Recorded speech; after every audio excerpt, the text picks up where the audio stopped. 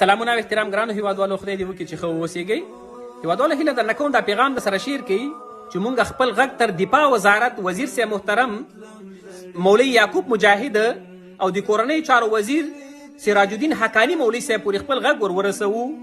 او د اسلامي اماراتو ټولو مشرانو نه هیله او غوښتنه لرم چې د جنرال موبین په اړه باید دوی جدي پریکړه وکړي.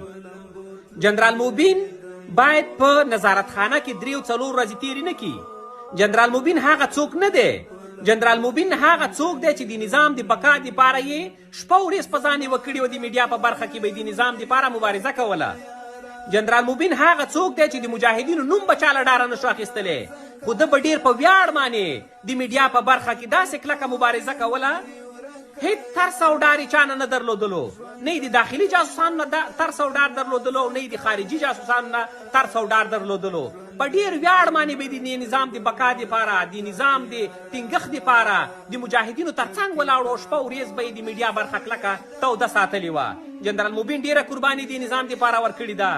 جنرال موبین د افغانانو دپاره ډېر خدمتونه کړي دي. موږ او تاسو یې ګورو د میډیا په برخه کې د افغانستان په کنج کې چې هر ځای کې مشکلات پیدا شوي دي، که کونډه ده که یتیمان دي، خو ده د مشکلاتو ته ځان رسولی دی او هغه ځای کې یې د خپل هیوادوال سره مرسته کړې ده او لاسنیوی یې کړی دی. نو د اسلامي اماراتو ټولو مشرانو باندې غږ کوم چې د جنرال موبین هره دوسیه یي، زه مطمئن یم چې داسې غټه دوسیه به نه وي. تحقیقاتو دپاره هر نظام ضرورت لري چې هغه خلک وغواړي او تحقیقات ته نیوکې او نورې خپلو بچیو ته ولیږي. دومره غټه ګناه به د ده نه نه شوي. د ګاونډي هیوادو ته به یې همیشه د قلم په څوکه او د ژبې په څوکه به یې داسې غاښ ماتونکي ځوابونه ورکول چې د دوی مفتیانو، د ګاونډي هیوادو مفتیانو به ته سر نشو جګولی.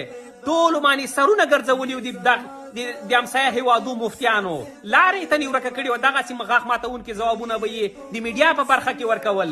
نو هر هغه څوک چې د نظام ته خدمت کوي، د هیواد ته خدمت کوي او د نظام تر څنګ ولاړي او د مجاهدینو دپاره په ویاړ باندې مبارزه کوي، هغه باید وستایل شي او هغو ته باید د قهرمانانو لقب ورکول شي، نه هغه په نظارت خانو کې په هغوی باندې